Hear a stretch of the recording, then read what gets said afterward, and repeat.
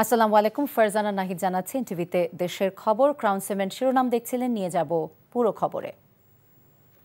রাজনৈতিক দলগুলোর সাথে সংস্কার কাজ নিয়ে শুরু হয়েছে জাতীয় ঐক্যমত্য কমিশনের দ্বিতীয় দফা আলোচনা। বিকেলে রাজধানীর ফরেন সার্ভিস একাডেমিতে এই বৈঠকের উদ্বোধন করেন প্রধান উপদেষ্টা ডক্টর মোহাম্মদ ইউনূস।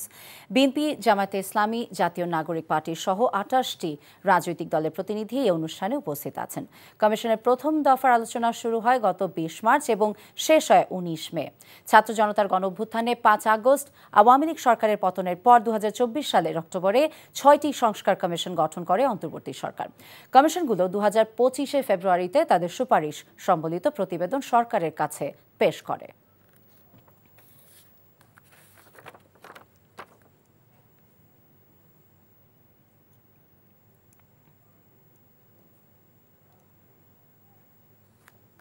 দর্শক, ফরেন সার্ভিস একাডেমিতে ঐক্যমত্য কমিশনের সাথে রাজনৈতিক দলের আলোচনা কভার করছেন আমাদের সহকর্মী হাসান মাহমুদ।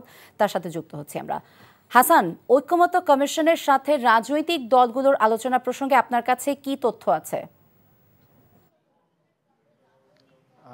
আসলে নাহিদ, ঐকমত্য কমিশনের বৈঠক শুরু হয়েছে। আজকে এই কমিশনের বৈঠকে সভাপতিত্ব করছেন বা নেতৃত্ব দিচ্ছেন প্রধান উপদেষ্টা ডক্টর মোহাম্মদ ইউনূস, কারণ তিনি এই জাতীয় ঐকমত্য কমিশনের সভাপতি। এছাড়াও সহসভাপতি যে ডক্টর আলী রিয়াজ তিনি রয়েছেন, ডক্টর বদিউল আলম মজুমদার তিনি রয়েছেন। আজকে আসলে এখন পর্যন্ত আমরা যতদূর জানতে পেরেছি, প্রেস উইং থেকে আমাদেরকে জানানো হয়েছে মোট ২৮টি রাজনৈতিক দল, বিএনপি সহ ২৮টি রাজনৈতিক দল এই বৈঠকে বসেছেন এবং প্রধান উপদেষ্টা আসার পর বৈঠকটি শুরু হয়েছে। কিন্তু এর আগে আমরা দেখেছি যে এর আগে প্রথম ধাপে যে বৈঠকটি অনুষ্ঠিত হয়েছিল, ৪৫টি ধাপে যে বৈঠকটি অনুষ্ঠিত হয়েছিল প্রথম দফায়, যেটি হচ্ছিল সংসদ ভবনে স্থাপিত জাতীয় ঐকমত্য কমিশনের যে কার্যালয় সেখানে হয়েছিল, সেটিতে ৪৫টি ধাপে প্রায় ৩৩টি রাজনৈতিক দলের সাথে বৈঠক করেছিল জাতীয় ঐকমত্য কমিশন এবং একটি জুলাই চার্টার বা জুলাই সনদ তৈরির কথা বলা হচ্ছিল। এবং সেই ঐকমত্য কমিশনের সেই বৈঠকটিতে, অর্থাৎ যেটি বলছিলাম প্রথম ধাপের বৈঠক, এটি হচ্ছে দ্বিতীয় ধাপের বৈঠক শুরু হলো। এবং এই প্রথম ধাপের বৈঠকে যে বিষয়গুলোতে রাজনৈতিক দলগুলো সবগুলো বিষয়ে ঐকমত্য পোষণ করেনি, অনেকগুলো বিষয়তেই বিভিন্ন রাজনৈতিক দল তাদের ভিন্ন ভিন্ন মত তুলে ধরেছেন, তবে বেশ কিছু বিষয়ে ঐকমত্য পোষণ করেছে। সেই বিষয়গুলোর বিষয়ে হয়তো দ্বিতীয় দফা আলোচনা হবে এবং সেই আলোচনার জন্য বিএনপির নেতৃত্বাধীন সালাউদ্দিন আহমেদের নেতৃত্বে বিএনপির ৩ সদস্যের প্রতিনিধি দল, জামায়াত ইসলামের ৩ সদস্যের প্রতিনিধি দল এবং এনসিপি যে জাতীয় নাগরিক পার্টি তাদের ৩ সদস্যের একটি প্রতিনিধি দল কিন্তু ইতিমধ্যে এসেছেন এবং বাকি যে দলগুলো আছে তাদের একজন করে প্রতিনিধি এখানে উপস্থিত হয়েছেন এবং সেই বৈঠকটি চলছে। যেটি বলছিলাম যে সংবিধান এবং সংস্কার সহ বিভিন্ন সংস্কারের বিষয়ে এই আলোচনা চলছে।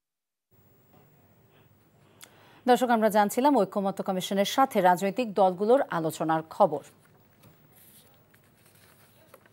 উজান থেকে নেমে আসা পাহাড়ি ঢলে নদ নদীর পানি বাড়ায় ব্রাহ্মণবাড়িয়া, সিলেট, রাঙামাটি, খাগড়াছড়ি এবং বান্দরবানের নিচু এলাকা প্লাবিত হয়েছে। পাহাড়ি ঢল আর টানা বর্ষণে ব্রাহ্মণবাড়িয়ার আখাউড়া স্থলবন্দর এলাকার আশপাশের সীমান্তবর্তী 10টি গ্রাম প্লাবিত হয়েছে। অস্বাভাবিকভাবে পানি ঢোকায় তলিয়ে গেছে ওইসব এলাকার রাস্তাঘাট। পাহাড়ি ঢলে সিলেটের সুরমা এবং কুশিয়ারি নদী এবং মৌলভীবাজারের কয়েকটি নদীর পানি বৃদ্ধি পেয়েছে। এতে অনেক জায়গায় জলাবদ্ধতার সৃষ্টি হয়েছে। টানা বর্ষণে বান্দরবানের বিভিন্ন স্থানে পাহাড় ধসে পড়েছে। এতে লামা সোয়ালক সড়ক যোগাযোগ বন্ধ রয়েছে। এদিকে পাহাড় ধসে প্রাণহানির শঙ্কায় ঝুঁকিপূর্ণ বাড়ি থেকে বাসিন্দাদের নিরাপদ আশ্রয় সরে যেতে মাইকিং করেছে প্রশাসন। ভারী বর্ষণে রাঙামাটিতে পাহাড় ধসের আশঙ্কা বেড়েছে। কিছু কিছু স্থানে ইতোমধ্যেই ছোট ছোট পাহাড় ধস হয়েছে। ঝুঁকিতে বসবাসকারীদের নিরাপদে সরে যেতে মাইকিং করেছে প্রশাসন।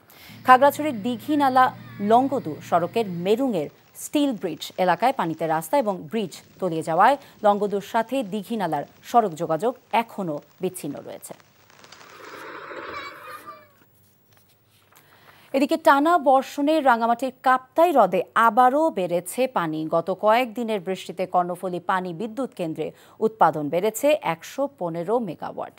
কর্ণফুলী পানি বিদ্যুৎ উৎপাদন কেন্দ্রের ব্যবস্থাপক প্রকৌশলী মাহমুদ হাসান জানান, সোমবার থেকে 5টি ইউনিটের মধ্যে 4টি ইউনিট থেকে ১১৫ মেগাওয়াট বিদ্যুৎ উৎপাদন হচ্ছে।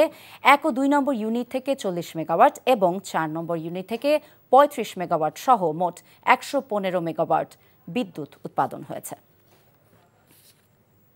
নারায়ণগঞ্জের সিদ্ধিরগঞ্জ থানার 2টি হত্যা এবং একটি হত্যা চেষ্টা মামলায় সাবেক মেয়র ডাক্তার সেলিনা হায়াত আইভির জামিন আবেদন নামঞ্জুর করেছে আদালত। দুপুরে নারায়ণগঞ্জ জেলা ও দায়রা জজ আদালতের বিচারক শামীম আজাদের আদালতে 3টি মামলার শুনানি শেষে আইভির জামিন আবেদন নামঞ্জুর করেন। বৈষম্য বিরোধী ছাত্র আন্দোলনের সময় 3 সেপ্টেম্বর সিদ্ধিরগঞ্জ থানায় মিনারুল ইসলাম হত্যা মামলা, 13 সেপ্টেম্বর মোহাম্মদ তুহিন হত্যা মামলা এবং 11 সেপ্টেম্বর নাদিম হত্যা চেষ্টার মামলা আজ নারায়ণগঞ্জ জেলা ও দায়রা জজ আদালতের বিচারক শামীম আজাদের আদালতে শুনানি হয়। ঈদ একেবারেই দোরগোড়ায়, তাই জমে উঠেছে জয়পুরহাট, নাটোর এবং দিনাজপুরে কোরবানির পশুর হাট। পশু সরবরাহ বেশি থাকায় দাম কিছুটা কম বলে জানিয়েছেন বিক্রেতারা। বিস্তারিত জীবন আহমেদের ডেস্ক রিপোর্টে। জয়পুরহাটে স্থায়ী ও অস্থায়ী মিলে মোট 27টি কোরবানির পশুর হাটে সরাসরি বেচা কেনা ছাড়াও এবার অনলাইনে কোরবানির পশু বিক্রি হচ্ছে। হাটগুলোতে দেশীয় গরুতে ভরপুর, বিভিন্ন আকৃতি ও রঙের গরু উঠেছে এসব হাটে। দাম কিছুটা কম হওয়া ক্রেতারা তাদের পছন্দের পশুটি কিনে নিচ্ছেন। দেশের বিভিন্ন স্থান থেকে ব্যাপারীরাও আসছেন এখান থেকে গরু কিনে নিতে। গরুর আমদানি বেশি হওয়ার কারণে গরুর দাম কম। এক জোড়া বেচতে পারিনি, যে দাম করছে গরুর বাজার খারাপ। জয়পুরহাট জেলায় মোট 3,16,828টি পশু প্রস্তুত করা হয়েছে, যা জেলার মোট চাহিদার প্রায় দ্বিগুণ। এদিকে নাটোরের কোরবানির হাটগুলো জমজমাট। শহরের তেবাড়িয়া, সিংড়া, ফেরিঘাট, মোখরা, জেনারেল হাটে উঠেছে ব্যাপক কোরবানির পশু। হাটে ভারত ও মিয়ানমারের গরু নেই বললে চলে। ছোট ও মাঝারি এসব গরু মিলছে 1 লাখ থেকে 1,20,000 টাকার মধ্যে। দাম চাওয়া বেশি হলেও গতবারের তুলনায় এবছর কমেই পাওয়া যাচ্ছে। চেষ্টা করবো তো ভালো বাজারে বেচার জন্য, সবাই তো আশা করে আছি। ওদিকে দিনাজপুর জেলায় এবছর স্থায়ী ও অস্থায়ী মিলে মোট 68টি হাটে চলছে বেচাকিনা। 65 থেকে 80 হাজারের মধ্যে মিলছে মাঝারি আকৃতির গরু।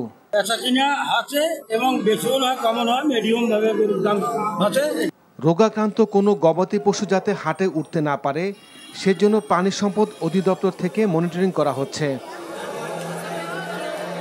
জীবন আহমেদ, এনটিভি নিউজ ডেস্ক।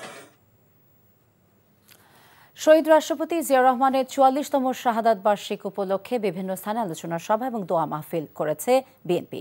মুন্সিগঞ্জে দিবসটি উপলক্ষে আলোচনা সভার আয়োজন করে জাতীয়তাবাদী আইনজীবী ফোরাম।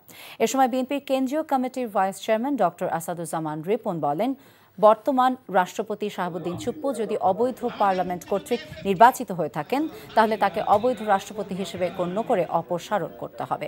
এদিকে নওগাঁ ও শরীয়তপুরে আলোচনা সভা, মিলাদ মাহফিল এবং দোয়া মাহফিল করেছে জেলা বিএনপি। এ সময় জেলা বিএনপি নেতৃবৃন্দ উপস্থিত ছিলেন। এই ছিল দেশের খবরে। এই খবরের ভিডিও আপডেট জানতে ভিজিট করুন এনটিভি অনলাইন www.ntvbd.com। এছাড়া এনটিভি জনপ্রিয় সব অনুষ্ঠান এবং খবরের আপডেট জানতে ভিজিট করুন আমাদের ইউটিউব এবং ভেরিফাইড ফেসবুক পেজ। 6টায় ইভিনিং নিউজ দেখার আমন্ত্রণ রইল। সবাইকে ধন্যবাদ।